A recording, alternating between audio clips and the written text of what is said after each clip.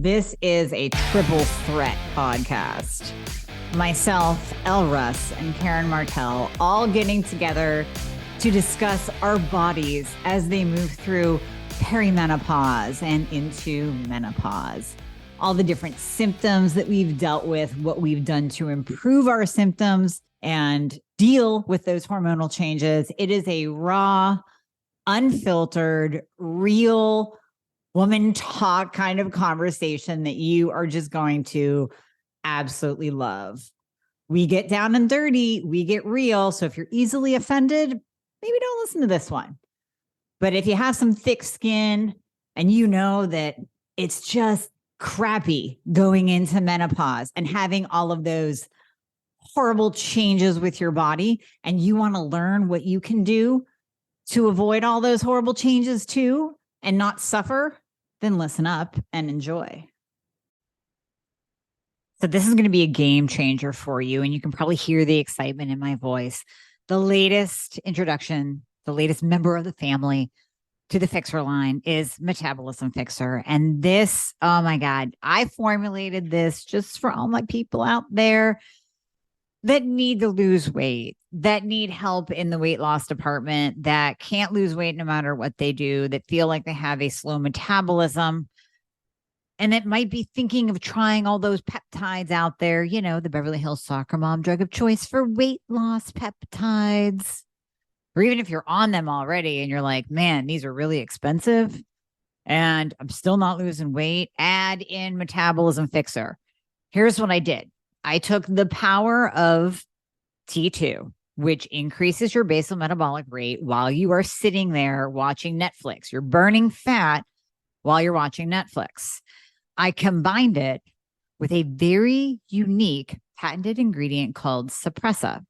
Suppressa has multiple clinical trials backing its efficacy in reducing your appetite, decreasing snacking, and providing way more control over your food intake.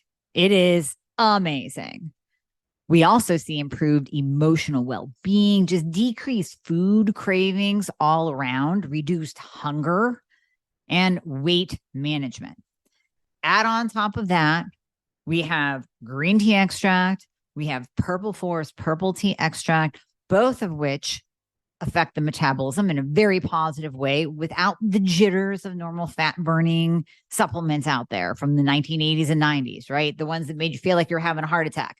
You will not have that in any of my supplements, Thyroid Fixer or Metabolism Fixer. But Metabolism Fixer, ooh, yeah, we kicked it up a notch. It is in powder form, so you can drink it through your day. It's going to flavor your water. We got Orange Crush and Refreshing Citrus. I love them both. It is going to keep you under control all day long. So you throw a couple scoops in your water bottle in the morning, throw a scoop or two in your water bottle throughout the day. You will have fat burning and appetite control the entire day for what? An eighth of a price of the peptides? Oh my God, you can't go wrong. So grab some Metabolism Fixer today. Please let me know how you do on it. I am super excited for you. Super excited. As midlife women, we should start thinking about our lives in a different way. By the time we reach our late 40s and 50s, something changes inside of us, and we start to realize that we don't need to fit into the molds that society has created for us. We should start shifting our focus to the things that really matter, such as family, friends, and our passions. As we get older, this mindset becomes more pronounced, and we should not be afraid to speak our minds and share our wisdom. We should understand that our appearance should not define us. We should be proud of our wrinkles, stretch marks, and scars, as they are part of who we are. This is our time to live life to the fullest without any restrictions or oppression. We should refuse to be held back by societal norms and expectations. It's important for every woman to embrace this mindset as soon as possible because life waits for no one. Welcome to our roundtable talk on aging and women. Today, I have two special guests with me, Dr. Amy Horniman and Elle Russ, who are joining me to discuss this very important and often overlooked topic. So welcome, my friends. Such a good topic. I love it. So I just turned 47 last week, and I'm proud to say it. Let me tell you. I am Karen's the not baby of the group. Yes, I Yeah. am the baby of the group. I know. I feel like, oh, I need to get up there. I need to say, oh, I'm 50. But that's a good thing to think of, right? I'm proud to say I'm 47. How old are you guys? I'll go next, but I also want to ask you some questions about that. So I am Okay. 49 right now. I'll be turning 50 in August. And usually people don't, they think I'm about 10 years younger. It's pretty shocking when they find out, which I'm very happy about as well. And after Amy goes, I'd love to ask you a question. Karen, so go ahead. Okay. So I am also 49, turning 50 in February, and none of us look our age. Same as Elle. Like, I get questions about my age, and I'll flat out tell anybody who asks. I don't lie about my age at all, because I like to see their expression. I like to see them go, "You're Okay. kidding. Really? No." So yeah, I wear my age with pride. Nice. So Karen, I know that you're going to be sort of, because there's three of us and you're going to moderate this. We're going to put this on all of our channels. So if anyone's listening to this, it's probably on one of these stations, one of our podcasts. But what I'd like to ask you first is, you are 40, just turned 47, but tell us when you started to experience, because, a lot of hindsight is 20/20. And sometimes I look in hindsight back on perimenopause and realize I could have done things sooner had I known or had looked out for things. What was your first signs and symptoms? Because this is really different for everyone. Yeah. So mine actually hit really early, as did my mom. It does tell you something what your mom went through when it comes to menopause and perimenopause symptoms, et cetera, what age she went through it. A lot of the time you'll follow in those footsteps, in her footsteps. So I started at 42. And interestingly, you guys, both of you, it was shortly after I had my thyroid crash on me, and my reverse T3 had gone up really high. I was working with you at the time, Elle, on this, and I gained all this weight from it. I had very elevated reverse T3, so I was super hypothyroid. And then I was on T3 only medication, and a high amount, and I still am. What I didn't know was that can raise sex hormone binding globulin, which is a protein that binds to primarily testosterone, then to estrogen, as well as to dihydrotestosterone. And so it was over range, and I didn't realize it at the time, but later on I did test for it and then heard that, oh, thyroid medication can do this to your hormones. And so that is why I went into feeling like I was in menopause, because I remember checking my total estradiol levels at the time, and they were high, but yet I was having missed periods. I was having hot flashes, and this is at 42, and night sweats and waking. And I felt horrible. And I was like, wow, I'm really hitting this menopause early. And then later found out that was why all of them were bound, all my hormones were being bound up by sex hormone binding globulin. So I started to go into it really way too early. So I would like to ask you then, what do you do now in terms of hormone replacement, and what symptoms do you still struggle and or deal with? Because the truth is, everyone listening, no matter how hard you try to biohack this shit, there's going to be some symptoms. It's going to be wonky for a while. There's going to be some stuff because you're going through this change. You can't completely nail it. Do you know what I mean? Yeah. Sometimes you can, but there's going to be moments. So I would just love to hear, what's your routine now? Do you still get your period? And how does that work out? So I reversed a lot of it for many years. So I'm still headed on the way out, because no matter what you do, you're going to have ovarian failure and no longer produce these hormones. And so I was able to reverse it by lowering the SHBG and putting in estrogen and progesterone and testosterone replacement therapy. And so I've been toying around with those dosages for many years, and they've sometimes I have to go lower, sometimes I've had to go higher. Luckily, I know what I'm doing, so I'm able to do this on myself and hack it as much as possible, because I know what to do. So right now I'm currently getting a regular period, but it is so light. Like, it's gone to maybe 2-3 days of very light period. and then she's done. I have very, very little PMS. I never get sore breasts anymore. I've got, the sleeping down. I've got the sex drive back up again. And we'll talk more about all of that. But hot flashes, for the most part, are taken care of. I kind of go through a period of time each month where they're pretty bad around my cycle. I can usually, if I don't drink too much coffee or eat any chocolate, they're not as bad. But that's a hard thing to resist when Alcohol you're PMS. too. Yeah, I don't drink, Alcohol's but a yeah. thing for that. I've just in my experience in speaking with women who've even done menopause naturally without any thyroid hormone replacement have said that when they get some alcohol, hot flashes come. Or so that could just be a mitigating Yes. factor everyone want to take a look at. Yeah. Go ahead. Yeah, no, it's so true. Like alcohol, caffeine are the worst, and chocolate. So if you're suffering with those hot flashes, ladies, which are not fun, like there's nothing worse than waking up and you are seriously like drenched. And I'm not a sweater because I'm a thyroid patient, so I just don't sweat very well. And waking up like with pools of sweat between my breasts, the sheets are soaked. It's terrible, like terrible.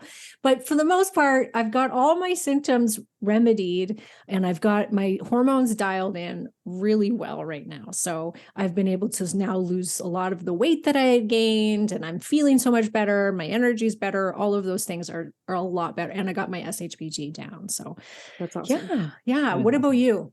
Well, I just want to make a commentary Oh, sure. everyone, on what you just said, which is, so even though you still get your period, even though you still are your age, a lot of doctors would be so fearful of giving you any amount of estrogen. Yeah. And so this is just a point. I know everyone's shaking their heads yes here, because Karen is a perfect example of, hey, you know what? Sometimes it's an individual story.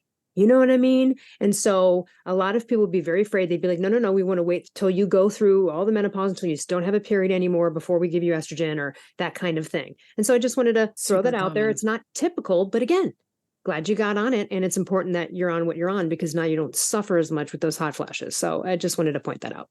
Oh yeah, I would be in a hot mess if I didn't use estrogen. And Right. no, it would be very hard to find doctors that will prescribe it to a cycling woman, which is ridiculous.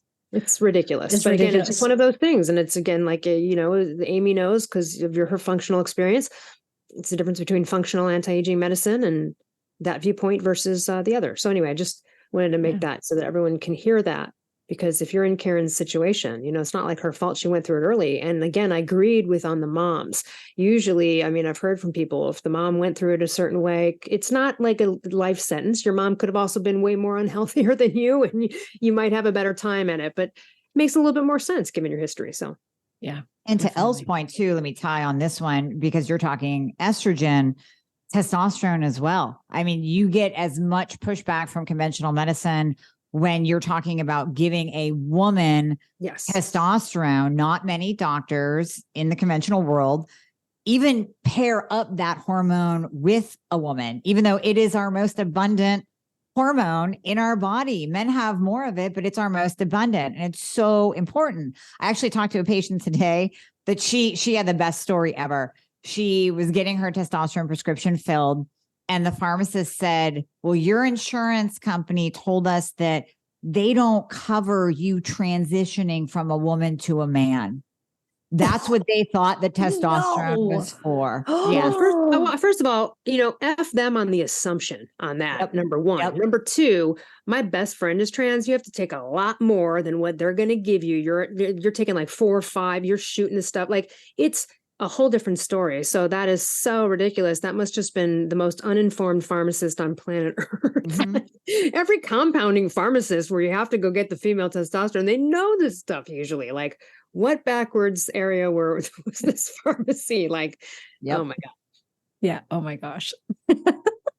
Good times. Okay, Elle, when did you start? I know I've been talking to you about this for years. We talked many years ago. I remember talking about your perimenopause experience. So Yeah, like in hindsight, I wish I would have started progesterone and testosterone at like age 42. If I could just, if I were to like do the math and look back and see what things were happening. So I just want to share some symptoms. It's like Amy and Karen, like when I describe in thyroid interviews about what it feels like to have heavy legs, and then people listen and they go, oh my God. And it's just something that you wouldn't see on a list, like on WebMD or, you go search the internet. So I want to share a couple of symptoms, and they might seem TMI, but you know what? I don't care, because you're going to all have, because when I mention this to people, they go, you know what? I feel okay. So here's what I started to notice. The classic thing, which was every time from about day, ovulation through the day 28 to bleed, I would gain like 10 pounds and be bloated and a total disaster.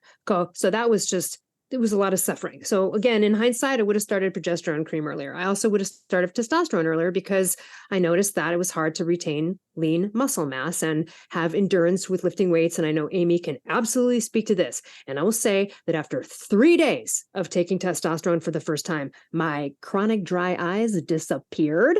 Okay. Didn't even know that was a thing. I had dry eyes, but I thought maybe it's because I'm weeping at cat commercials because I need progesterone. Like, I didn't know, So my dry eyes went away, and then things got tighter. Skin. I noticed an endurance with lifting weights and ability to work out longer. I noticed the mental focus and things like that, because people can mistake that obviously for a thyroid thing. So of course, as you all know, I thought, oh, is my thyroid off? Like, do I need break? And I was like, no, guess what? It's perimenopause, motherfucker. Like it's perimenopause. So the ability to, we're all alphas on this podcast, but when you start to lose you start to get a general malaise, you start to feel like you're not motivated in life. When you are, that really sucks. And so testosterone really cleaned that up for me. So I wish I would have started those sooner. They did solve those problems, but let me tell you another symptom that I felt, and this is an odd one. Before I did any of these things, particularly testosterone, I felt like I had a uterus or something, like it was weak. Like I joked around with my doctor that, what was that, Cardi B did that song WAP for wet ass pee. And I was like, I have a weak ass pussy. Like, I don't know what's going on. It feels like it's dropping. It feels weak, like my whole pelvic floor. And the reason I mention this is because people have gone, oh my God, I feel that too. Here's the thing. Once I took testosterone, man, I felt like I had a strong ass pussy. That thing was like strong. I felt like things were intact. I can't explain it other than the way I'm explaining it. And I'll let you guys weigh in on this. It seems like everything was, there was no sneezing and peeing, like a little dribble of pee that can happen too, which did happen to me during that time. So now all of my symptoms are gone. I still get regular periods. I don't get hot flashes, but I've had a couple, but they haven't been like horrific overtaking. They've been like, okay. And it has been near my period, Karen. And I'll in the middle of the night, I'll be like, oh, a little sweaty there, but it's not brutal. I also never drink alcohol. Like, it's so rare that I drink alcohol. So that's not obviously interfering with it. And I take DHEA and pregnenolone. I found that I can't take high DHEA. I really will have bad breakouts. The testosterone won't do it, but the DHEA will. Same. So I take like 5 milligrams of DHEA in the morning with like 30 milligrams of pregnenolone with my thyroid hormone when I wake up. That helped me. And I'll tell you why. I was doing all the testosterone, progesterone. And then about a year ago, period came a little too soon. I started to get some breakthrough bleeding, had a little bit of a meltdown. It's a little bit of a detachment. This is the way we've been living our whole lives, is by our periods. This is a weird thing. And I'm sure you guys will speak to that later. It's like a mental, emotional, where am I? I don't know where I am anymore. Yeah, totally. Like, who am I? And so, and that's when Dr. Forsman said, you know what, now's the time to do DHA and pregnenolone. Let's see. And you know what? Just those two things got me back to like every 28 days again. Now, how long is that going to last? Of course, we're all going to fall apart here at some point. I do take, I use Source Naturals progesterone cream. I found that it's my favorite and it works best for me. I also, even though I don't take estrogen, just for the hell of it, biohacking, I got the Source Naturals bioestrogen cream. It's soy-based, as we know, with the Mimic. And I just was like, I don't know what the hell. It can't hurt. It's over the counter, do little dabs.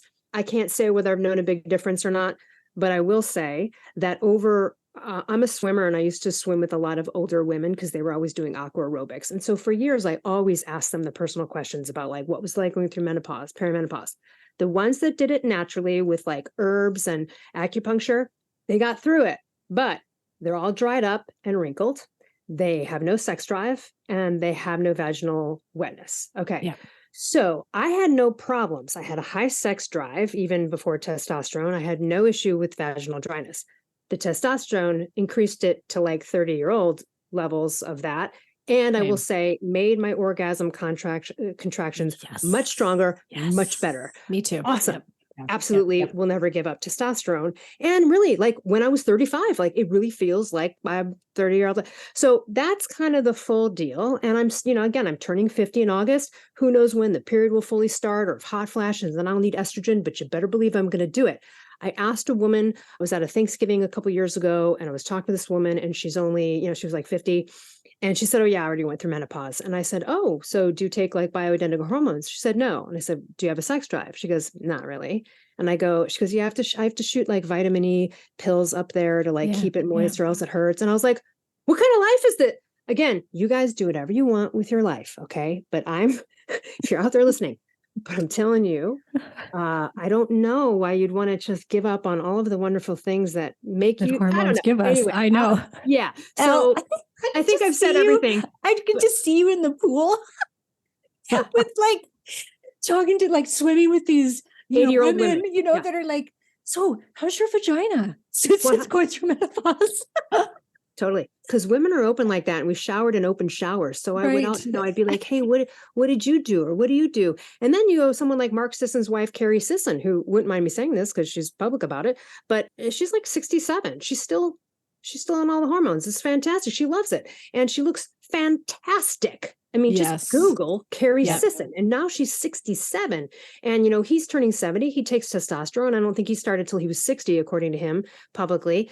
Like that's when he said, yeah, 60, I had to do it. He wouldn't have the rip muscles that he has without that. And she wouldn't either. So, mental, anti-aging, sex, I care about sex. Some people don't. And if you don't, then you're going to be that girl who's like, whatever, I shoot vitamin E up there and who cares?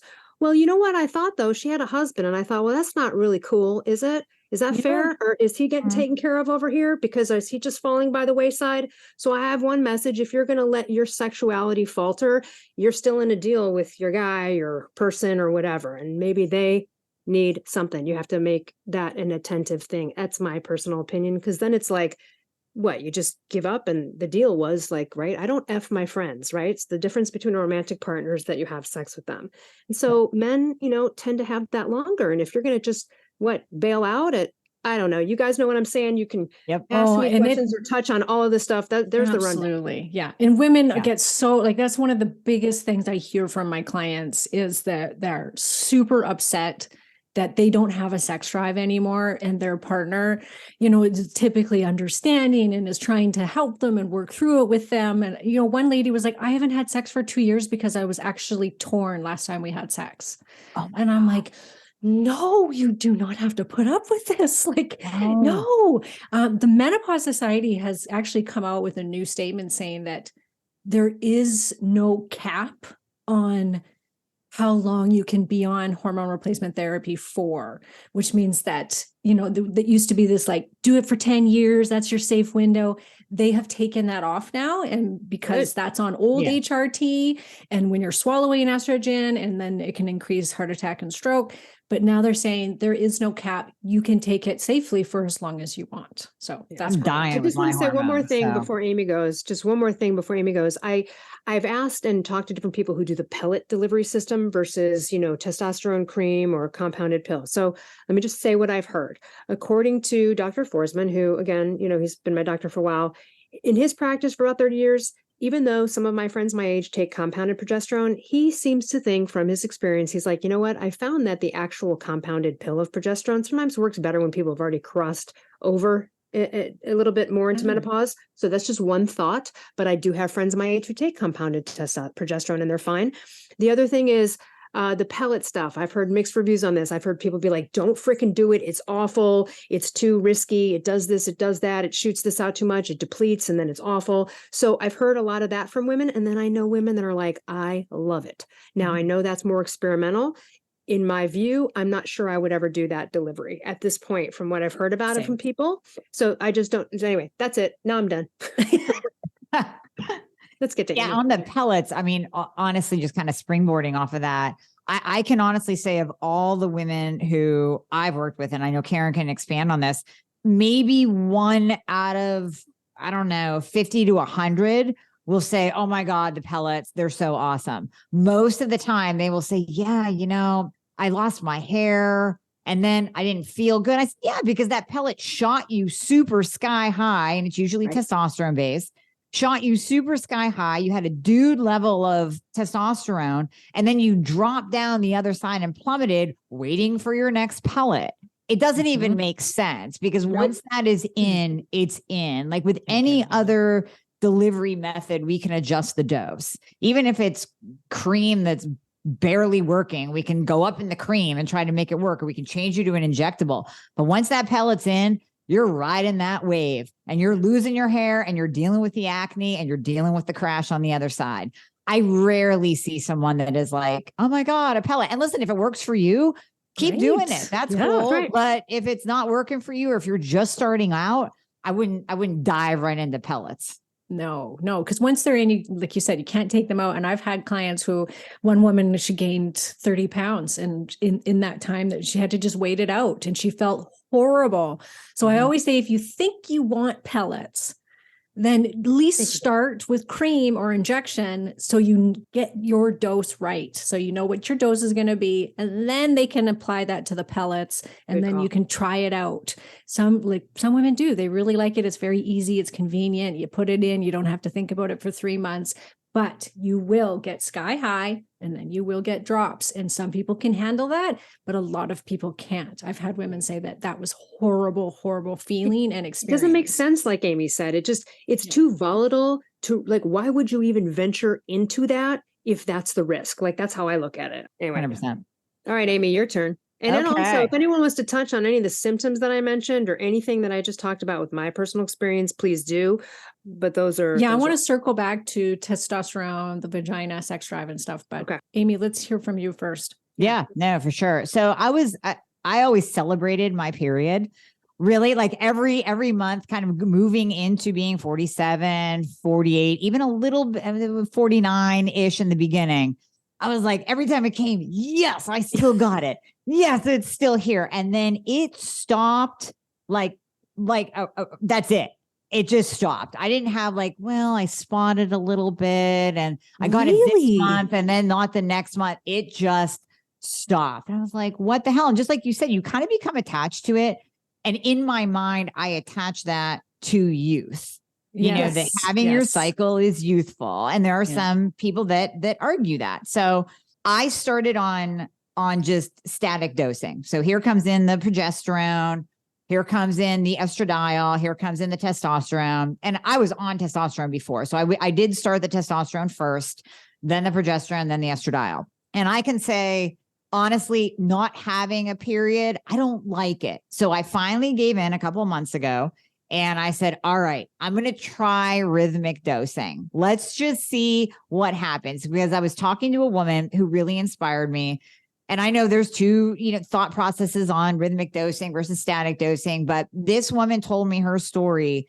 She had MS. She had the MRIs and the brain scans that showed MS. She was walking with a cane. She was losing her ability to walk. She actually knew T.S. Wiley, met her, talked to her. T.S. Wiley, she's trying to talk her into doing the Wiley protocol, which is rhythmic dosing. And it's basically dosing your hormones in a way to bring on your cycle. We're trying to mimic what your hormones were doing in your 30s, maybe not your 20s, but at least in your 30s. And she poo-pooed this left and right. Finally, one day she gives in. She starts on rhythmic dosing. Pain is gone. She goes back in for an MRI. There are no lesions. There's no signs of MS. Her doctor can't even freaking figure it out. He's like, what are you doing differently? She goes, I'm hormones. Like hormones. So hormones give us life. And just like we said in the beginning, you're not going to avoid hormonal decline. There is nothing you can do. There's no biohack. There's no supplement to avoid hormonal decline. It's going to happen. It's just what you choose to do with it. And when you think about hormones literally giving you life back, whether you do, it doesn't matter what kind of dosing you do. You can do static, you can do rhythmic. It doesn't matter. Just get those hormones in your body to supplement the hormones that are no longer being properly produced. So I would say my symptoms, if I look back, just like Elle said, I should have started testosterone earlier because I used to compete even in my 30s, early 40s. I struggled with muscle. I was always like, I was never blessed with those nice little cap shoulders and that 6-pack. And I mean, I would bust my ass at the gym trying to put on an itty bitty amount of muscle mass in my shoulders, and it just wouldn't happen. I think looking back, I was low in testosterone even back then, and no one was checking it because I had PCOS. So they always assumed that I had elevated androgens. Nobody checked it. So I would say looking back, I would have, and we don't check it on ourselves because we are our own worst patient. So looking back, I wish I would have started testosterone earlier, because now that I'm on it, now I go to the gym and I'm like, yeah, there's the striations. There's the pump in the biceps that I like to see. And by no means do I look like a bodybuilder, but just that nice, shape that you get, the strength, you just feel good. Libido. And isn't your SHBG also elevated because you're on thyroid hormone? Yeah. So yeah, you my would have had SHBG your is elevated. testosterone all tied up. Right.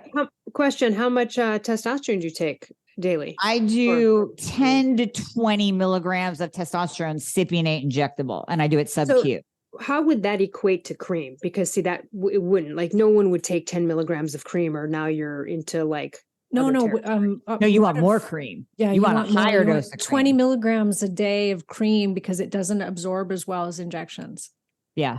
Well, hold on a second. Are we talking about the compounded testosterone cream? Because when I'm talking with other women, even who are past menopause, they're talking 1 to 4 milligrams. Yes, which is the most common dosing.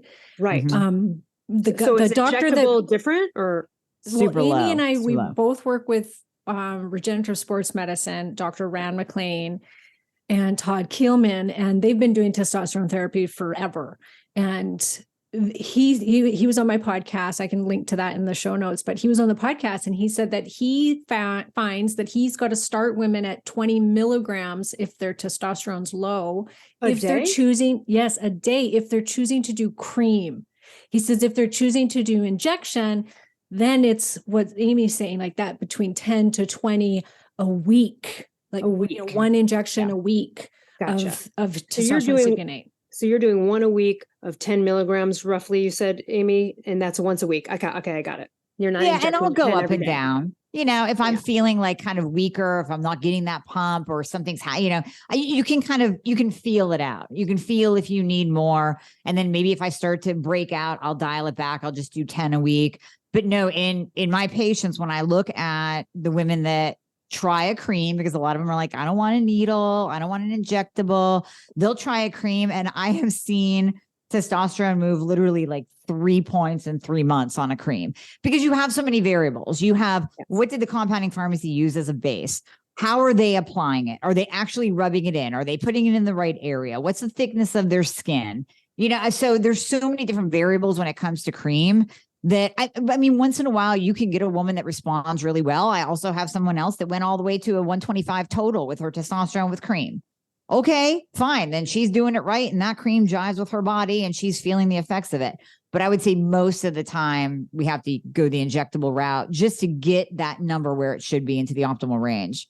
Yep. So yeah. So that's what I do for testosterone. I do cream for progesterone and estradiol now that I'm on the Wiley protocol. And it's not that hard. I apply it in the morning. I apply it in the evening. I have a little app that gives me the dosing for each day. It's super easy. I would say to be determined on the overall results. I have not restarted my cycle yet, but it usually takes about 3 months to do that. And yeah, I feel good. I feel just good. The symptoms, I didn't have the feeling like my pussy was weak at all. But I would say now that you bring it up, and this can go all the way back to my powerlifting days. This is a little known fact about Amy. I had to wear a pad when I would deadlift, because every freaking time I pull that weight off the ground, I would pee and I would leave a decent, nice little puddle down there. And now I can deadlift.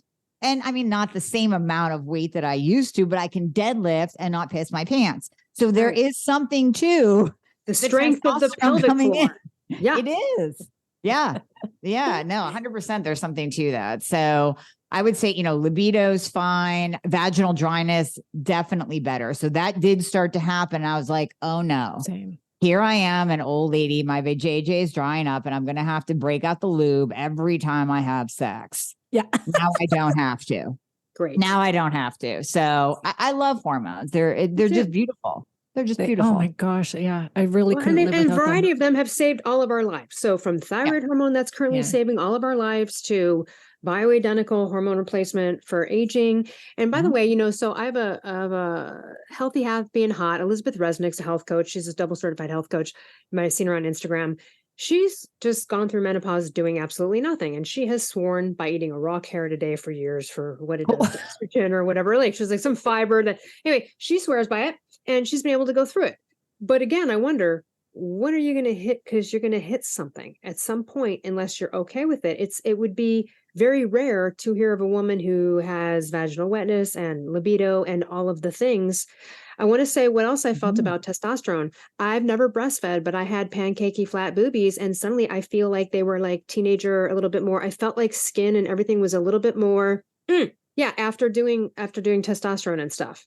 Yeah. Okay. And that'll happen because testosterone will do that, but it converts some to estrogen, right? Testosterone will convert down to estradiol. And that is like the most amazing hormone for skin and elasticity and collagen production and joint health and vagina health and muscle health. And I mean, the list goes on. And, women that say, oh, I'm going to do it naturally. I'm not going to take anything. It is similar to saying like to the diabetic or to the thyroid patient, don't take thyroid medication. Mhm. Like it's because it's not natural. It's just, Right. it doesn't really make any sense. Or telling a person that's in their 70s who's got heart disease, is that person going to say no to the surgery that could save his life or to make him feel better, her, him? Yep. They're not going to go, no, this is part of aging, my heart disease. So I'm not going to take medication for it. I'm not going to take surgery for it. I just want to do this naturally. When a lot of these problems, these health problems, are because of the loss of hormones. So why not just give the body back what it's looking for and what it needs? And people that maybe don't have any of the hot flashes or weight gain, and they're like, oh, I've just eat the carrot a day. Well, what's going on the inside to your organs? I mean, we have estrogen receptors on every single organ. So That's right. what's going on with your brain, your heart? We know from the research that replacing estrogen and testosterone is really crucial for heart. And it helps to prevent heart disease, which is the number one killer. So, Yep. And that's why hormones are being poo-pooed in conventional medicine. I mean, that's why the conventional medicine doctors still are on that Women's Health Initiative study of hormones are bad for you and they cause cancer. And we've all debunked that one 10 times over. But now we're kind of entering a season of the DEA trying to make testosterone almost damn impossible to get.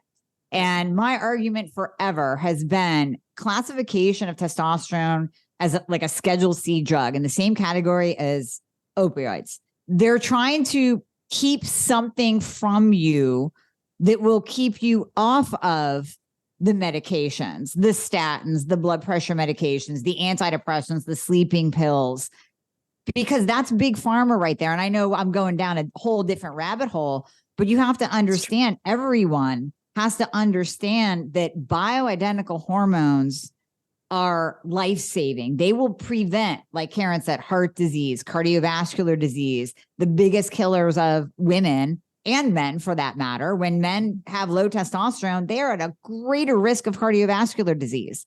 So all of these hormones that keep us young and that stave off disease also keep us off the meds. Yeah. And, when you start piecing that together, you really start to think, wait a minute, maybe these hormones are good for me because Big Pharma is telling me that they're not. Well, Yeah. also, it's misogyny in medicine because I have to go to a compounding pharmacy to get my testosterone when every other freaking guy in the world can go right down to the CVS because it's right there on the shelf in the back.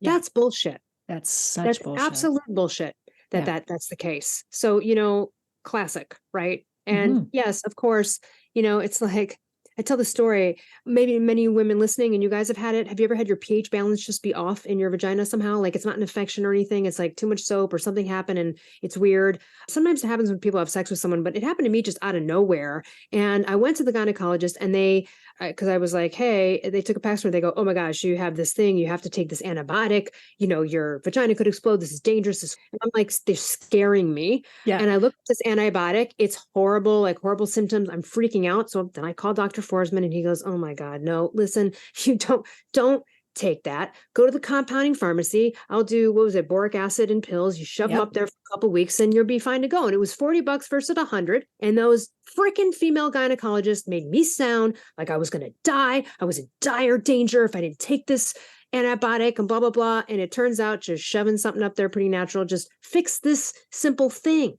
And so you guys, when you got to go look elsewhere. And I'm really glad that I called them versus just like taking that conventional advice.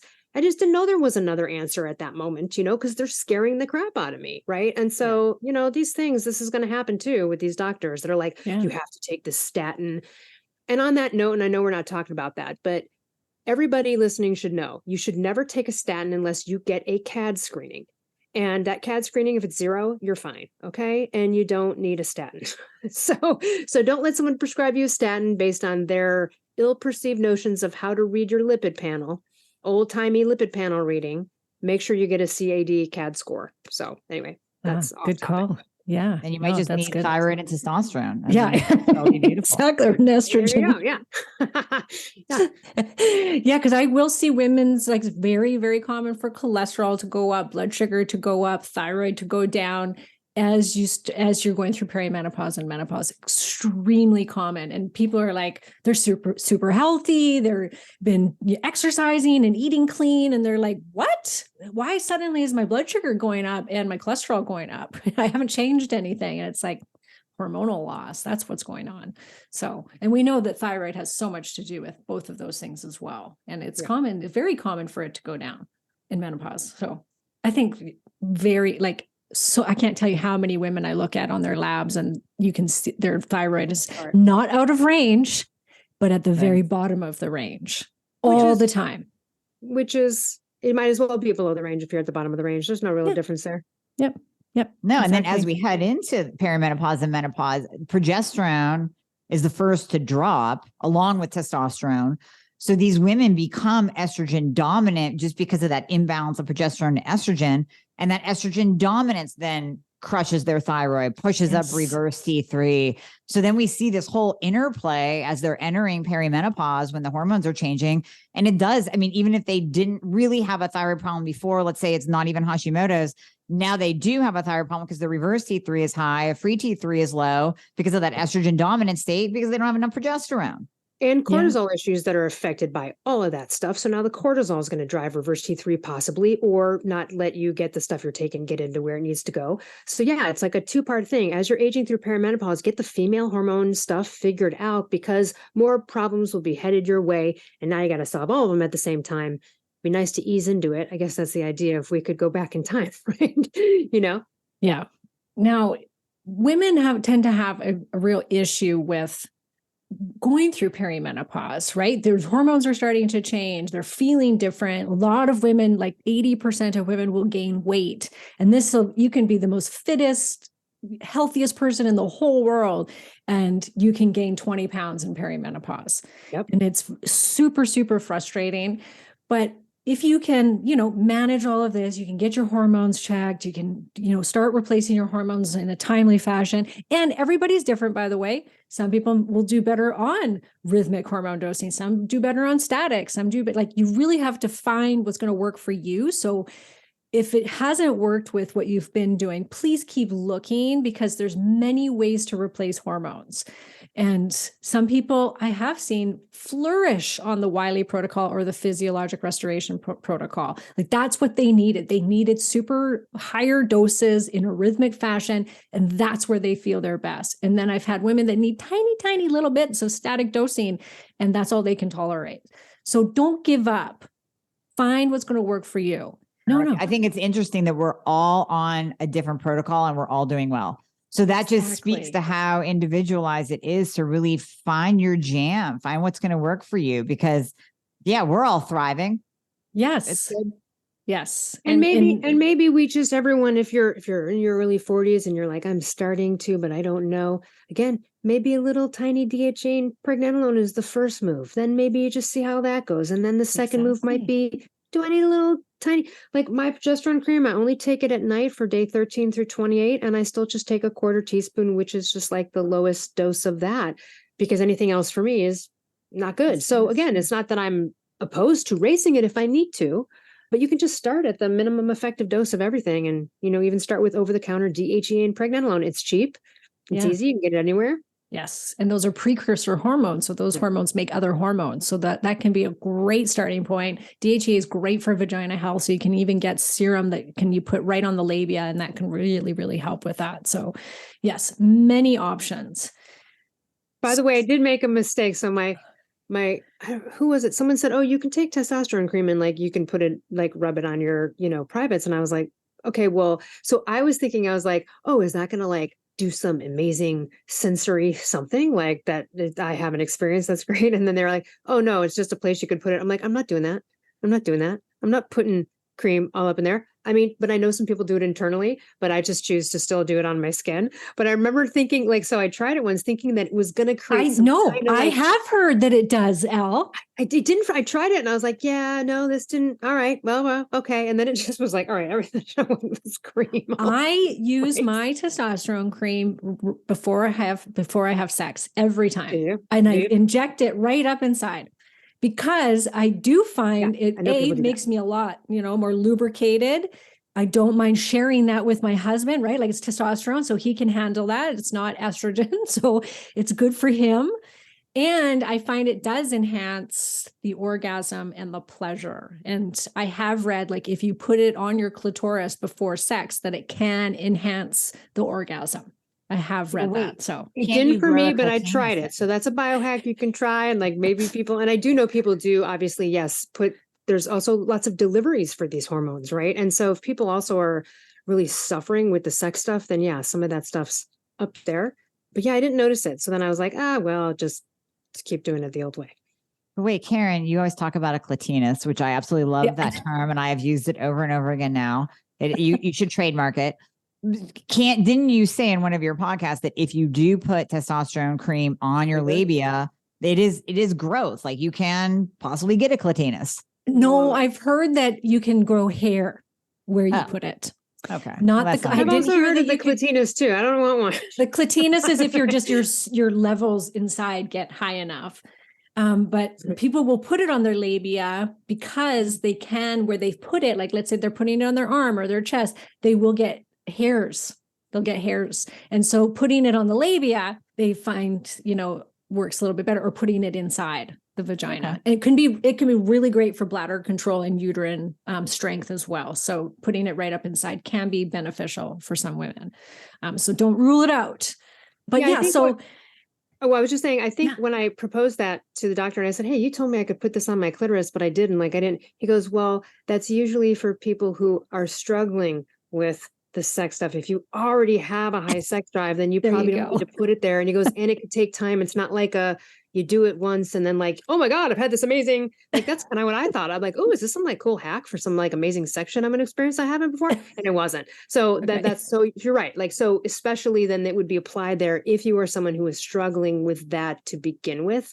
And he said that could just take a minute too, but that's where you would put it. Yeah. So, but I just didn't have that struggle. I thought it was an extra bonus, but it wasn't. I found it to be an extra bonus. So there you go.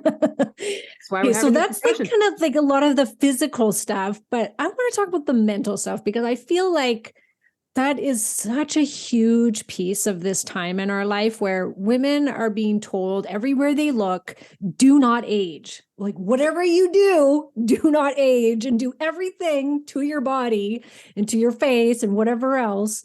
And God forbid you get any wrinkles or gain any weight. And we have to change this narrative. We have to.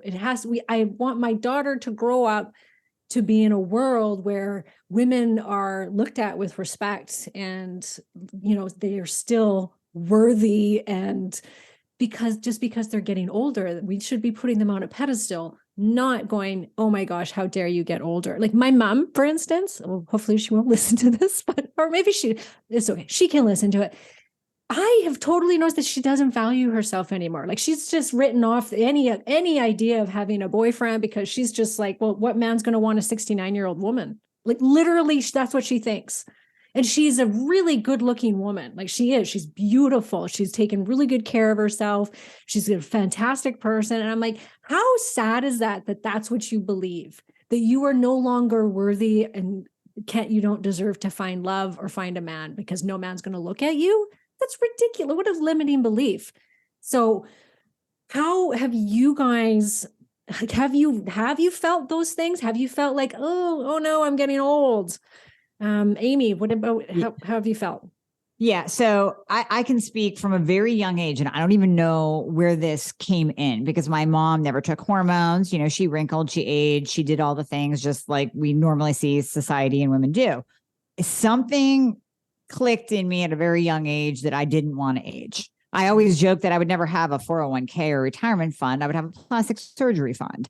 Like, I mean, even in my like 20s, I'm like, I am not aging. I'm going the route of like Sophia Loren or something like that. Like all these women that you see in their 60s and 70s that they don't look fake. Like I'm not talking about like Madonna and how she looks right now, but just that beautiful, just glowing, you know, there might be a couple wrinkles, but man, they're stacked. They still got it. They got it going on. They're gorgeous, right? They didn't embrace aging and just say, oh, I'm just going to throw in the towel and whatever happens, happens. No, they're doing something, probably hormones. So I think it's that fine line. I will say that, you know, obviously we can bring in, you know, social media and just, I mean, my God, even when we were young, you know, Cosmo magazine starts really messing with your head about the perfect woman ideal. Yes, there is that pressure. There is that societal pressure. But I also think you can find that balance of, I don't have to throw in the towel. I can do Botox and I can do fillers and I can take care of my skin and I'll do plastic surgery if I have to, because it's for me. It's not for anyone else. It's for me and how I feel when I'm in front of the camera, when I look in the mirror or wherever I go. And it's about that self-confidence inside. So I think that you can find your path of aging that works for you and that you want to go down. But at the same time, don't be pressured by what you see in society or magazines or even TV. I mean, you know, newsflash, they can Photoshop movies. You know, what you see is not how those people look. They were Photoshopping a long time ago. They can do magic right now. So don't compare yourself to that. Compare yourself to you and what you want to be as you age and how you want to feel and what you want to see in the mirror. And don't let anybody else's judgments one way or the other influence you. Don't listen to the people that say you're vain if you do Botox or surgery or get that filler. No, that's their problem. Also, don't listen to the people that say, you know, you have to age gracefully and throw in the towel and wrinkle. Like, find your path, find your path of aging. And my path is going to be to fight it with everything that I can do, but I'm not going to look like a freak. I'm not going to go overboard. I'm going to feel really freaking good about myself for as long as I possibly can, hopefully till the day I die, because hormones are going to be involved and whatever else needs to be involved will be involved. Yeah, I love it. I agree wholeheartedly with everything that you said. I do it for me. I don't know what the hell people, there's like guys out there like, I don't know why women do Botox. You guys are doing it for other women or for your dressing. No, I do it because I like the way I look in the mirror, that I don't have crow's feet out to here. Now, if you do, that's fine. And you want to accept and love and embrace your crow's feet, that's great. Here's the other thing too. You know how, and we all use them, like, you know, even on Zoom right now, there's probably like a little filter that kind of like just makes this a little good. We're on Instagram. Softer. I'm using some of these interesting, cool filters. Is it because I'm not confident? No, I'm confident as fuck. It's because I know it's going to be nicer for you to look at it that way too, instead of focusing on the little things that are going on in my skin that would be without the filter, let's say. It's not because I'm embarrassed of that. People see me in person all the time. It's just like, it looks better. It's just more fun for more. Does anyone watch TV with a bunch? Look at everyone on TV, guys. Every newscaster's got their face entire fucking Botox. There's not one of them that don't. Not even one guy that doesn't.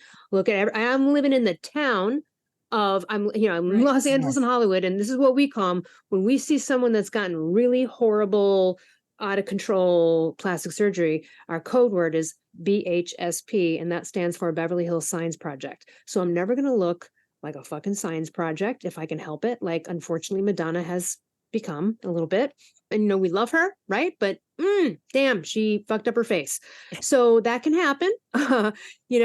So there's just certain levels to it. I feel like Also, don't rip on the people who, yeah, they do look maybe overly done or whatever, but that's them. And if they're happy with themselves and Exactly, the yeah. person who they're with loves them for that, then that's fine. I Mhm. just know I'm more like Amy and Karen, where I'm probably going to take the more subtle route and the more natural look and do my best because, sometimes, at least I've noticed in this town, when people overdo it, they look older. It actually, right? Look at Yeah. Madonna. She looks older because she did that versus aging in a way. So there's a fine line between this stuff. I only currently just do Botox. I'm not opposed for anything else. I agree with Amy. I always thought, fuck 401k. I'm going to have a like beauty, like fun. I see. So because I'm in LA, I live like right in the mountains above Malibu. I see a lot of celebrities a lot of the time. You don't think they're all doing this? Look, I see Cindy Crawford all the time. By the way, she looks amazing. Okay. She Like does, yeah. in person, yes. it's out of control. Like she really looks amazing. That doesn't mean she doesn't have a few things going on, right? But like she's doing what we're doing. She's doing it. She was a model and we were never a model. So she's got a longevity there of kind of, in her own skincare routine. But like she's a perfect example. And I think she's almost 60 now. And she looks natural with the way she has aged, even though clearly she has used things because there's no way she would look like that without it. What I find is interesting is these people who, and again, no shame about it, they're out there and they're like, I love all my wrinkles and everything, and I'm aging gracefully. That's fine. But also, if that's a passive aggressive slight to the rest of us who aren't, I don't know, man. And like, are you Right. happy looking at yourself? That's great. Because when I look at your face, I'd be horrified if I woke up every morning and saw that. And that sounds really awful. That's personal. That's me. If my face was that wrinkled, I would be horrified. And if I hadn't done Botox for the past, I'm 49, I think I started at 35. If I have not been doing it all that long, I guarantee you right now, I mean, I'd have deep lines all over the place. There's nothing wrong with that if you want to embrace it and love it. But don't be ripping on us for being fake, for wanting to look good and hot. And look, I did Botox during the pandemic. I didn't see anybody but myself. I just wanted it for me. Oh yeah. You know what I Gotta mean? keep up with that. Yeah. The first time I risked getting COVID, the only time during the pandemic was because I went to go to a medical center to get the Botox because I was like, I don't care. I'm risking COVID on this one. Like I love it. And also it helps me with headaches. I get tension headaches here. That number 11 that comes up in between the brow. The bitch ditch. Oh man, yeah, it's like resting bitch face. Yep. People would be like, "Are you upset? Are you okay? Are you angry?" This is when the number 11 started to develop.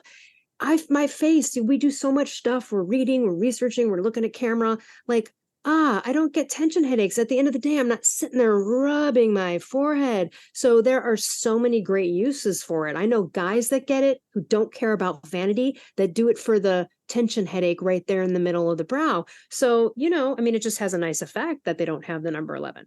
So anyway, I could go on all day about it, but there's kind of like two sides. It's like, oh, you're fake and using filters. And then the other is like, hey, look, unless you're a bodybuilder trying to show you're photoshopping your body and you're pretending to be someone you're not, do whatever the hell you want. You want to use filters I don't care. I don't look at it as fake. I just actually more pleasant to watch, to be honest with you.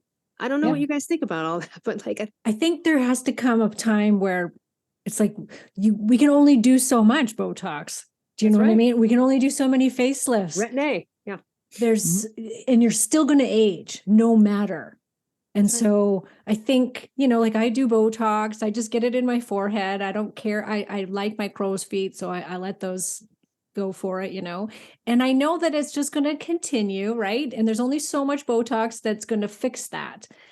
And I'm really trying to embrace that, like knowing that no matter what, I'm going to get older. Like this isn't stopping. And I need to see that that's okay, which has been tough for me. Like I'm 100% being honest here. I was always really an attractive person. I could attract any man I wanted. I was, thought of as a beautiful woman. And so I'm realized the other day, I was like, I never get hit on anymore. And that was like a little blow to the ego. It was like, I'm with you on this. Yep. I saw a change there too. And I'm sure we all have. I saw a change there too. The difference between now, sometimes if I have my hair is pretty big and if I have it curly, then it just draws attention naturally. Okay. So like people are going to just be drawn to that. But yes, Karen, I have had that experience too. And there's that moment where you're like, oh, I'm not getting looked at anymore. I'm not getting looked at or no one's carding me. Yeah. Or like, what? Or like, yeah. Yeah. Or I'll see a good looking guy and I'll be like, my usual, like, oh, well, oh, look at him. Oh, cute. And then I'm like, oh my God, he's not looking at me. Like, Right. he's not going to. I'm You're like, oh almost my God, he's 30. 50, Yeah. Yeah, he's 30. He's not going to look at me. Yep. And But so I also think that too, was being- tough. That was tough. But being with a partner, like you have a husband, like Yes. who loves you, like being with someone who's just like, I of course, would never get in a relationship with someone who would expect this of me or who would. So yes, I mean, listen, there are women dating men who they want you to dress a certain way, but like I know my guys are going to be down to earth and I don't even care about that. Do you know what I mean? Like they just don't care. So you obviously have to find someone. And I think too, it is self-esteem and confidence on the inside. But like Amy said, sometimes Botox, not having crow's feet or not having a line in your forehead, the way you look at yourself in the mirror makes you feel, it just gives you some self-confidence and self-esteem that, so it actually can help you increase that, I think, a little bit, depending if you want to dip your toe there. Yeah. And I find like, I always remind myself, what do I think is attractive in an aging woman? If I see an older woman, do I think like, oh, look at her, she's old, she's got wrinkles? No, what I think is, are you healthy or not? Because that to me is what's attractive in an older woman. If I see an older woman, whether she's my age or 50s or 60s, 70s, if she's healthy and you can see, like she even might have some pounds on her, but she's got good skin, she's got healthy hair. You can tell that she takes care of herself and she eats well. That's really obvious to me. And it's like, that's attractive to me. Those women I think they're beautiful. And I'm like, yeah, with your long gray hair and, your wrinkles, and you look amazing because you can tell that you're healthy and you're vibrant. Happy. Yeah. Have you guys ever seen that show? It was an old show called like Hot in Cleveland. Do you remember the premise of the show? These women move from LA where all the beauty stuff, and then they go to Cleveland. They're like, oh my God, we are like fucking hot in Cleveland. Right? Like it's a thing. It's a total thing because I know it too. Like I'll go to another city and I'll be like, oh my God, I'm getting all these sort of looks from everyone because I live in the land of beauty pageantry and, models and all that stuff. Right. So I think it's even tougher when you're in this area. But I'm not pressured to do it because I'm not out there like acting every day and doing that kind of stuff where I feel pressured anymore about that kind of thing. But here's the thing. It is motivating because my friends will come out here from Chicago or other places and they'll be like, the older people look amazing out here. I'm like, yeah, they do. Yeah, they do.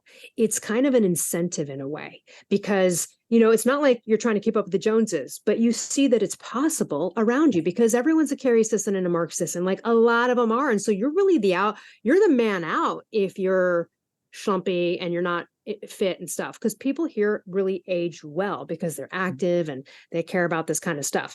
So it's kind of inspiring in that way. And it's also a little bit like, sometimes you're like, maybe I should just move to Arkansas for a minute in a small town and then just be like, but again, I'm not trying to like get guys, I'm not in this like kind of vibe of the youth of trying to like play that game. So I don't care, but it is kind of funny, especially being here because you're looking at a lot of beauty constantly. Yeah. Yeah. And I keep hearing from women that are in their 50s and we all haven't crested that yet. But I keep hearing that once you hit that 50, you stop giving a fuck. Like your fuck bucks are done and you just really don't care anymore what people think. So I'm kind of, I can feel that shift happening. I can, because I hear what you're saying, Karen, because you're right. Like I used to get hit on all the time. And then my husband's like, okay, who hit on you? I go to a conference. Who hit on you? I'm like, nobody. Yeah, right. I'm like, no, really, nobody. Unfortunately, I would like to report back that I was hit on, but I wasn't. So it is kind of, I can feel that shift happening of not giving a fuck anymore. But I'm really looking forward to truly moving into that. But I know that I will always care about me. And I like kind of spinning off of where you are, Al, in LA, in the land of beauty, go to a health conference. I just got back from KetoCon. I was with all these health related people, health entrepreneurs. And I was sitting there talking to Susan Bratton. She's actually going to be on my podcast soon. She's great. And she is like a sex expert. Yeah. She is this gorgeous. Yeah, she really blonde, fit. Oh my God, drop dead. Just lost a bunch of weight. She got even fitter in the past year. She did a whole thing. I think she lost 20 pounds and she's voluptuous yet fit. And what is she, 65 or? 62. I had to ask her, I'm like, wait a minute. So how old are you? She's like 62. I'm like, girl, I'm like, okay, so looking at those people, that's who I look to. That gives me hope and inspiration to go, all right, if she can do that, I can do that. So I like being around those people that maybe are older than me and are built like a brick shit house and are gorgeous, because it's like, that's what I want to strive to. Yes. That's what I want to strive for and to be. Yeah. And we're not going, oh, look at that woman with all, all done up and her face is filled and she's got big, huge lips and tons of Botox and fake breasts and implants and liposuction and dressed in super nice clothes. I'm not going like, oh, that's what I want to look like. And that is so beautiful aging. No, I'm looking at the ones that are, like I said, healthy. Right. Sure, they might have had Botox and tummy tucks and all that jazz, but that's not what I'm attracted to. I'm attracted to the health of that person, their happiness, what if they're glowing or not, they have healthy skin, healthy hair. Like that to me is what's attractive in a person that's aging. And I think that we really have to focus on that, because the outward of us is going to age no matter what we do to ourselves, no matter how many facelifts. So if you can focus on, I'm just going to, make sure that I eat nutrient dense foods, low inflammatory foods, so that my skin is nice. Like I know for a fact that because I'm paleo, I have fantastic skin. Fantastic. I see other people that eat a lot like veganism, a lot of No, but it's so bad. but it's inflammatory. Those foods are inflammatory and you can see it, and they age faster and they get so many more wrinkles, it seems like. And maybe that's generalizing. I'm sorry if it is, but I just find that going paleo, it just did absolute wonders for my skin. And I see other people that aren't paleo and they just look a little more inflamed, possibly more wrinkles, and maybe they're also drinking and eating more sugar and all of those things. Like as a woman, you guys, like you really, the drinking especially, you got to be so careful. All of these things are inflammatory, which means inflammatory to your face. So if you're eating a ton of grains, whether you're vegan or not, if you're eating a ton of grains, beans, sugar, alcohol, guess what? Your skin's going to show that.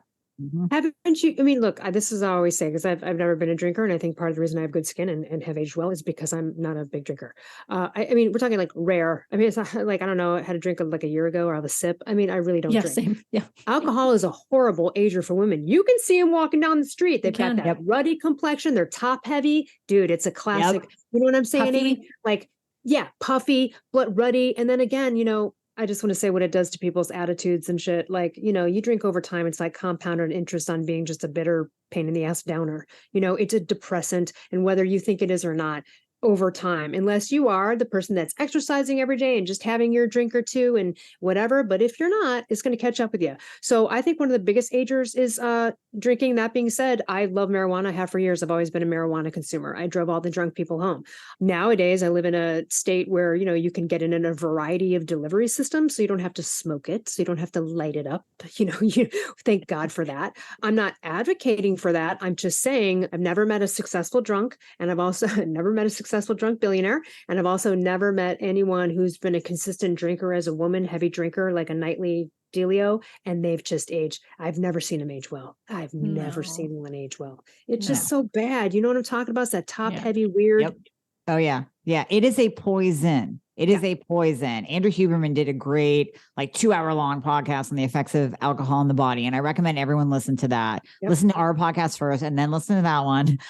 But it really is interesting that when he breaks it down and you listen to it, it's like, that's why you get a buzz, because it's a poison to your body. So when you really think about that, I mean, it is, and I try to explain it to my patients too, when we're talking about alcohol, I go, there's proteins, there's carbs, there's fats, and then there's alcohol. It doesn't fall into one of those 3 macronutrient categories. It is literally a poisonous substance that your body has to figure out what the fuck to do with it. Like, what do I do with this? So I guess, I'll store it, I'll break down some cells, I'll do whatever, but it's not good. There's no good effects from it. And that whole resveratrol red wine thing, please throw it out. Yeah. Just Just throw it such- out. You'd It's have to such- drink gallons and gallons of wine in order to even get like that is the bullshit. You know what it is? This is all excuses for everyone to justify their drinking. It is. I'm sorry. I've been, it just is. It's like, oh, well, but it's healthy for you. It's just, oh, and yes, I know the studies, but the studies, I mean, look, alcohol is so pervasive. It's no different than big pharma. It's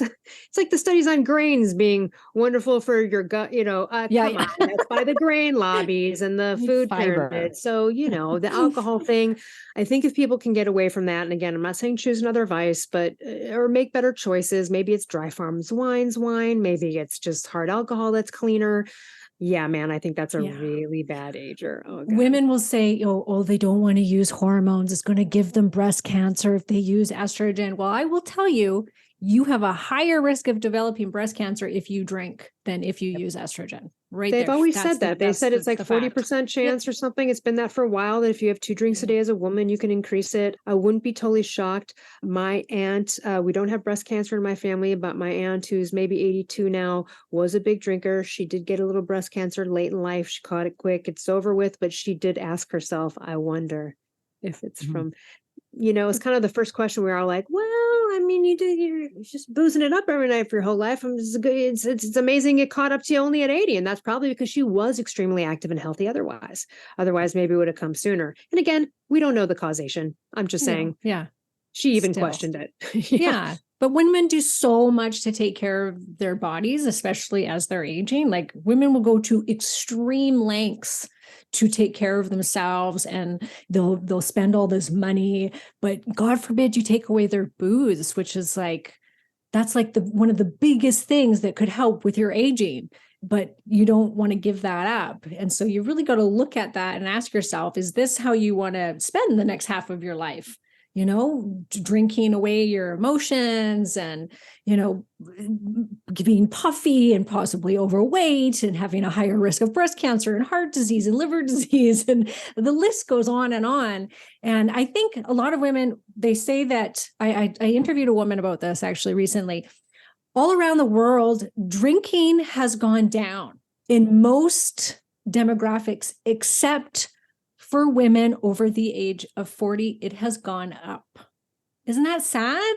And this is a time in our life, because your hormones are shifting, you're going to be more prone to depression, more prone to anxiety. It's also a time in our life where there's a massive spiritual shift happening, and women we're not talking about that. This is the time when, you're usually have got the career down. You've chosen your partner. You're either keeping them or or you're getting rid of them at this time. You're done having children. Now's the time for you. And so the spotlight gets turned on you. And it's like our bodies start to have all these symptoms, because it's almost like, hey, pay attention to me finally. You've paid attention to all these other things in your life up until this point. Now things are shifting, they're changing. The spotlight's on you. What do you want to do with your life? What does Karen want? What does Al want? And that can be very disrupting on the inside for many women. And I see them fight this. And how do they fight? How do they numb those feelings? They drink, because it's not something that they're familiar with. And it's like, no, this is the time for you. What do you want? What do you need to do to take care of yourself for the first time? I think women don't get a chance. My experience in talking with them, and you've had the kids early and you've done the thing, and maybe you were a mom all that time, and now the kids are in college. Oh, that's always the time that they're like, fuck, Now like what? what's my life been about now? Yeah. I don't know. And then Oh also my. what I see is people really ambitious at a young age who then are a little bit afraid for going what they want, and they have the child, and then they wait till the child's 18. They're like, oh, finally I can get back to all the stuff I wanted to do then. You're like, you could have done it then. You didn't have to have the baby to distract yourself for 20 years. You could have done it then. So I feel that happens. There's more of a little bit of a midlife crisis there, especially if your whole identity has been like raising children or doing the thing and having a career. And then you get to the point where the house is empty and you're like, you know what I mean? And oh my gosh. And I think that's with men too. I mean, I have friends that are my age now, and they're like, my kids are almost out of college. Like, what's my life about?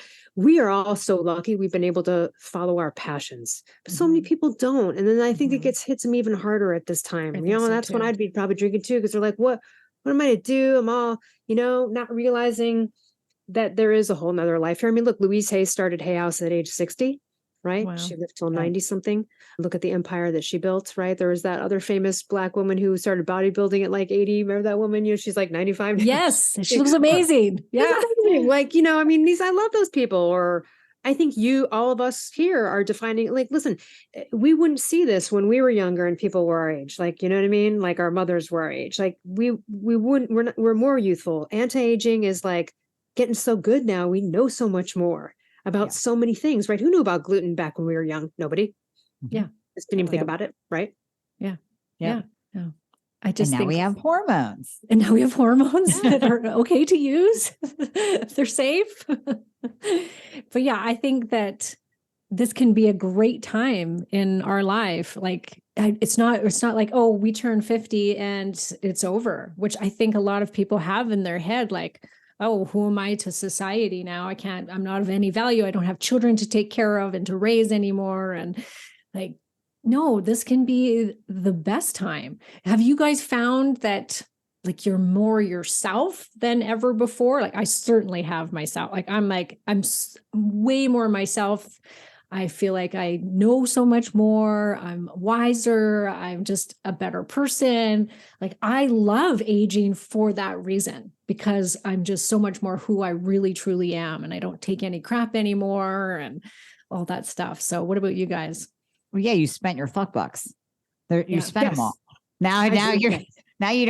don't care. But no, you're 100% right. You're 100% right. I am much more myself, and it feels good to be that. Even in business, like imposter syndrome. No, it's just it's you like me or you don't, like that. Yeah. Whatever. That's If you right. don't, go find somebody else to follow. It doesn't Yeah. matter. Like, honestly, I am who I am. Like, this is what you get. And I will tell people that, like, when you work with me, what you hear on my podcast, what you see is exactly who I am. So don't think Yes. I'm going to be somebody else behind the scenes working with you. Like, we're going to be blunt. We're going to talk like sisters. It's going to be real. Yes. It is going to be real because I don't care. Yeah. That's me. Amy just described me. Yeah, me too. We are the same that way. I only had that one trip, but before I wrote my second book, Confident as Fuck, I still had an area of my life where I felt ashamed about my hand disability, which Karen, Karen's in my book.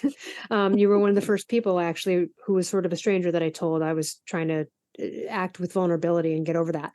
That area fucked up some confidence in the romantic sector of my life. And so it wasn't really until I got over that I felt like all the fuck bucks were gone.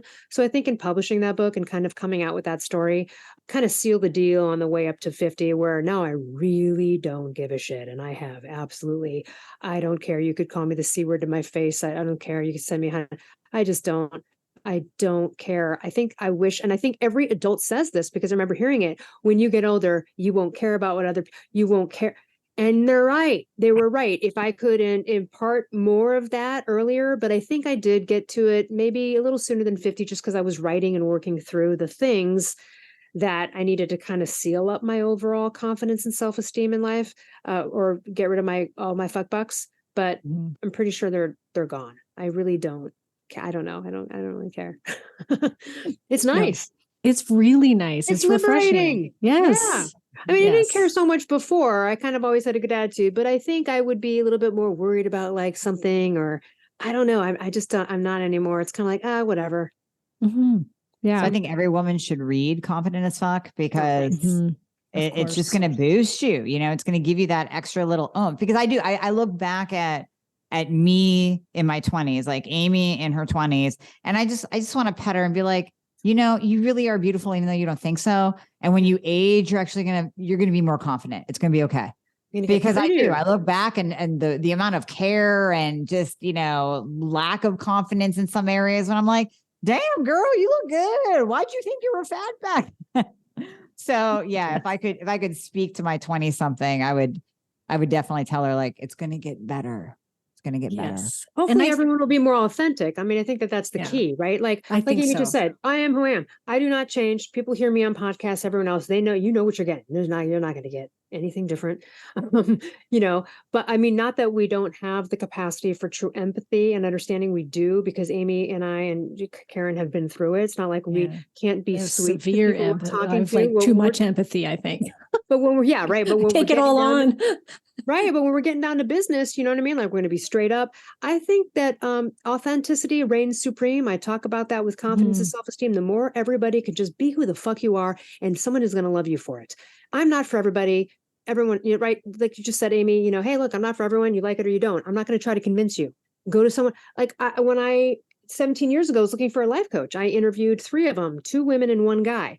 Was not expecting the guy would be the one that I chose, to be honest with you. I thought it would be one of the women.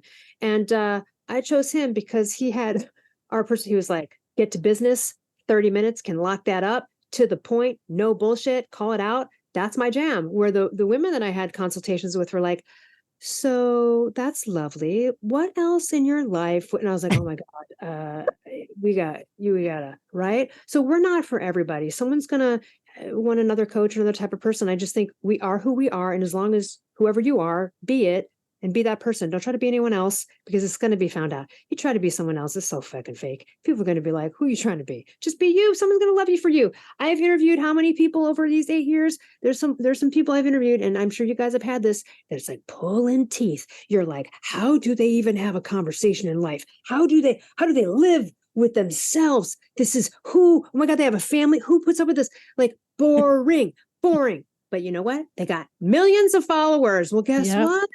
There's someone for everybody. And I think we've learned that through doing our work. So I would say, go be whoever the hell you are. And even if you don't think you're engaging or you don't think you're good on camera, oh, trust me, girl, you have 1 million followers on YouTube. There's someone for you, you know?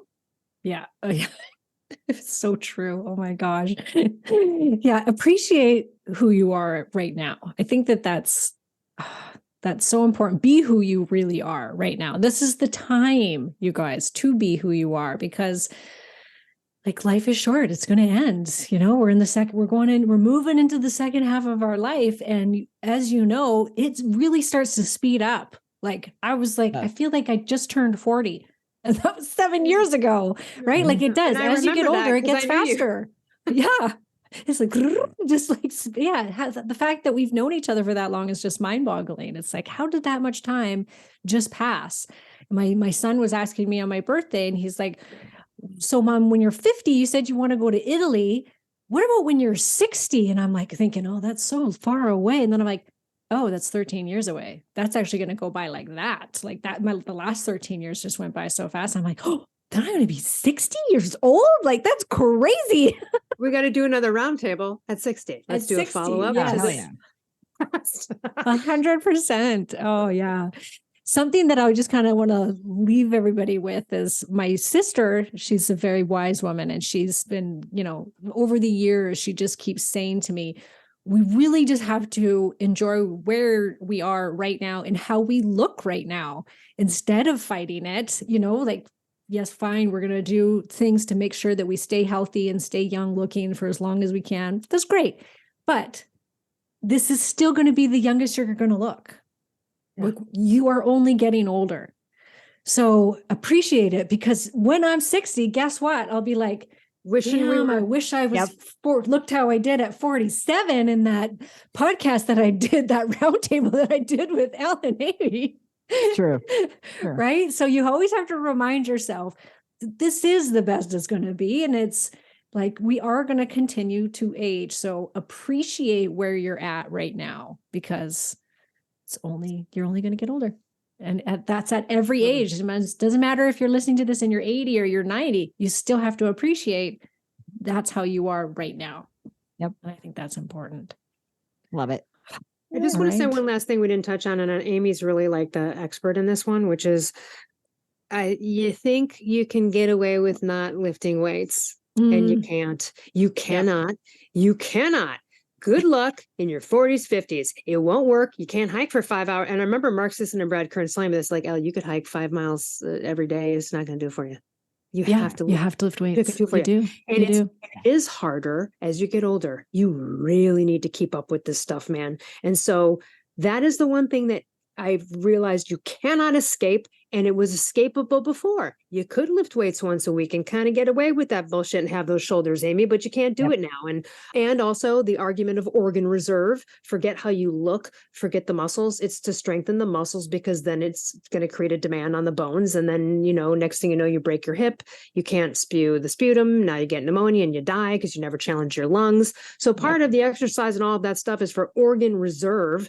Amy, I just want you to touch a little bit on this, because I mean, you are like we're a pro bodybuilder type, and you have a great physique, but I just have seen that it's just like, yeah, no, it's got to be like a lot. Yes. Yeah. No, 100%. You have to lift heavy. And I even have a hat back here. Lift heavy shit. LHS, because I want one. I Me will too. send you one. I will send you both one. Yeah. I love it. Because as we age, sarcopenia happens. So muscle loss will happen. So that's actually why, number one, you actually have to eat more protein as you get older, not less. So I know everybody, we look at older people and their appetites are down, and, my dad will take half of a sandwich home, and I'm like, just give me that. I'll eat the whole thing.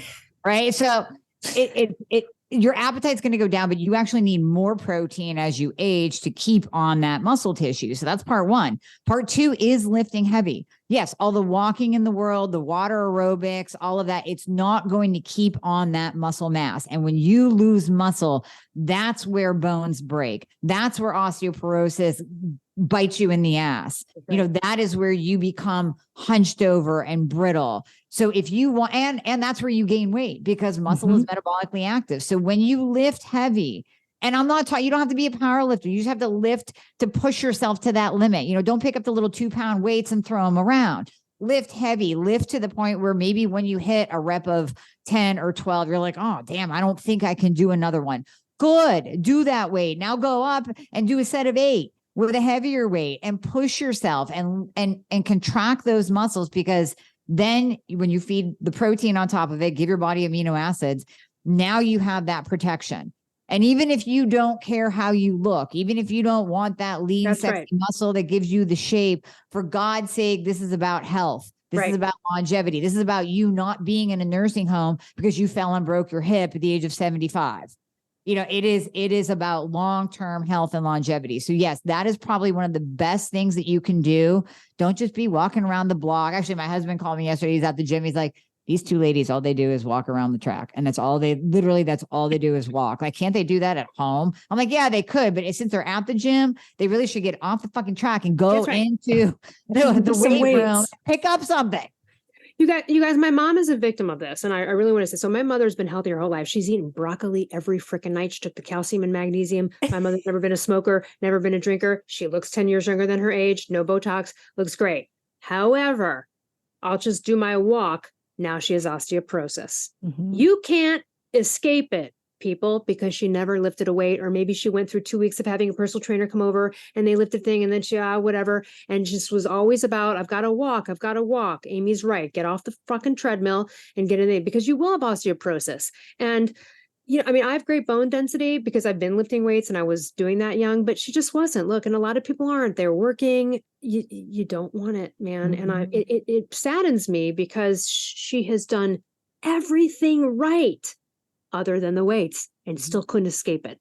Yeah. Don't be a victim to this. No, I just did a whole podcast about this, because I feel like we talk about this a lot on our podcasts. Like, you got to lift weights, you got to lift heavy, you got to eat protein. And I feel like it just kind of falls on deaf ears now, because it's like, yeah, man, I'll eat my protein. Yeah, I got it. So I went through like the science of why we absolutely have to keep our muscle tissue as we age. And it's, yes, osteoporosis. Hello, muscle is like our biggest processor of glucose in our body. So that insulin resistance that you see every person getting as they age, that will help that. It raises your metabolism. Like, the list goes on and on and on. And you got to replace your testosterone and estrogen, because that's what helps you make muscle. People don't realize that estrogen is also responsible for, almost more so than testosterone, for preserving muscle tissue. That's huge. So you have to have those hormones in order to keep that muscle on and to build it, and for the bone strength. If you don't replace your estrogen, you will develop osteoporosis. That's just the way it goes. So lift heavy, eat, yes, prioritize protein. And we have a much bigger demand for it as we age. So you've got to do it. It's not something to fall on deaf ears and to, oh, yeah, I've heard that. It's just another fad. It's not. This is what you got to do. Sorry, but Yeah. Right. yeah. And it gives you shape too. Like I think it actually a girl, this is interesting. A woman actually sent me a message after that podcast and she said, I love your podcast. However, I hate when people say you're not going to get bulky if you lift weights as a woman. She said, that's not true because I can lift weights and I don't lose the fat. And so I start to look bulky. And I was like, okay. I said, I thank you for telling me that. However, when I say bulky, I'm not meaning fat with a lot of muscle.